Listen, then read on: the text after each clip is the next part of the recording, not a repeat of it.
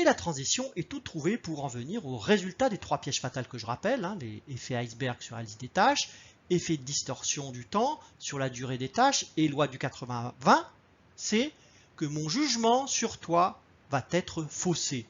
Et bien évidemment, la plupart du temps, pas à ton avantage. Et mon jugement va s'exprimer au moins de 4 manières différentes. Premièrement, tu es incompétent, puisque tu ne fais pas toute la liste des choses que j'attends de toi. Deuxièmement, tu ne sais pas gérer ton temps. Troisièmement, et si je suis ton travail de très loin, peut-être que je vais émettre une phrase sur l'engagement, du type en fait, on se demande si tu bosses vraiment. Quatrièmement, ou alors, un peu plus gentil, mais vraiment pas sympa quand on y réfléchit bien, tu es perfectionniste. Ou alors on utilise le terme de surqualité. Et tout ça, ça s'appelle comment? Le déni de reconnaissance. À ne pas confondre avec l'absence de reconnaissance. Le déni consiste bien à s'entendre dire « je ne suis pas content de ton travail », voire carrément « tu es nul ». Et ça se traduit par un sentiment d'injustice, en particulier si on est mal jugé, possiblement un sentiment d'isolement. C'est évidemment mauvais pour la confiance en soi et pour l'estime de soi, même si on sait que c'est l'autre qui montre son incompétence en matière d'attention et de jugement. Au bout d'un moment, c'est comme une série de vagues qui s'écrasent sur un obstacle. Au bout d'un moment, l'obstacle finit par être érodé, voire emporté ou détruit par une vague. Attention à cet effet dévastateur de la dégradation de la confiance en soi et de l'estime en soi, c'est clairement un facteur de risque psychosocial.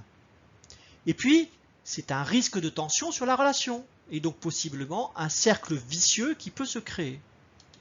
Et bien évidemment, un risque de démotivation, ce qui est bien logique, car si on reçoit ce genre de missile régulièrement, on a forcément envie de lever le pied. Mais attention, parce qu'avant la démotivation, peut-être qu'on va se démener comme un beau diable pour démontrer que l'autre s'est trompé, et c'est là le burn-out qui peut menacer. Résumons sur cet enjeu de reconnaissance.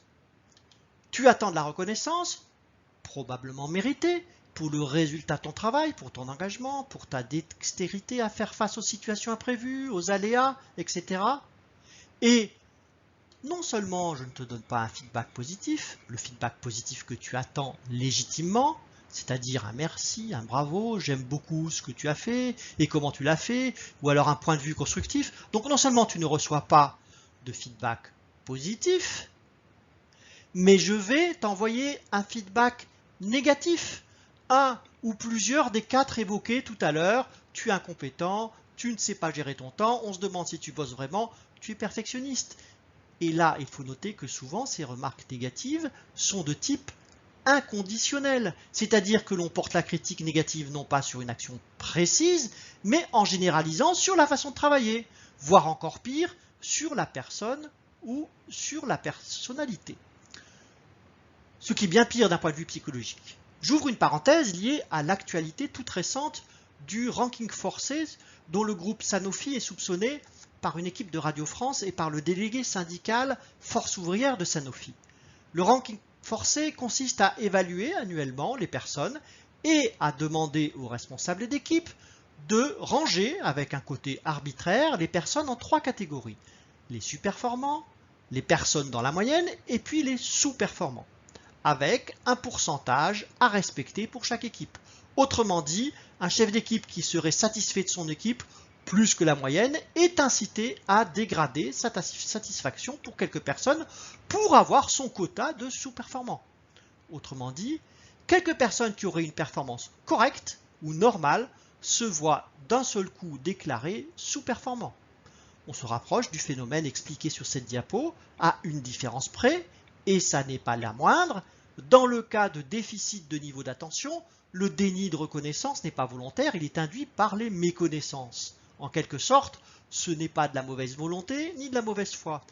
En revanche, avec le ranking forcé, il s'agit d'un procédé volontaire, manipulatoire, cynique et irrespectueux de l'être humain. L'être humain y est vu comme une simple variable d'ajustement. Ce qui me permet de commencer à dire que l'attention réciproque s'adresse dans un premier temps à celles et ceux qui ont une conception humaine de la vie au travail et qui, pour un certain nombre de raisons, se trouvent plus ou moins régulièrement dans un déficit d'attention à autrui et qui veulent développer chez eux leur capacité à l'attention à autrui. Intention qui s'appuie sur la prise de conscience des enjeux, d'où l'idée de ce diaporama. Je finis sur l'enjeu des feedbacks en indiquant l'enseignement du travail d'un chercheur en économie italien qui a donné son nom à ce qu'on appelle la ligne de Losada. En quelques mots, un feedback négatif, pour un feedback négatif donné, il faut au moins 3 feedbacks positifs donnés pour qu'une équipe soit moyennement efficace. Les feedbacks en général sont très importants. Tout à l'heure, j'évoquais le déni de reconnaissance qui est un feedback négatif.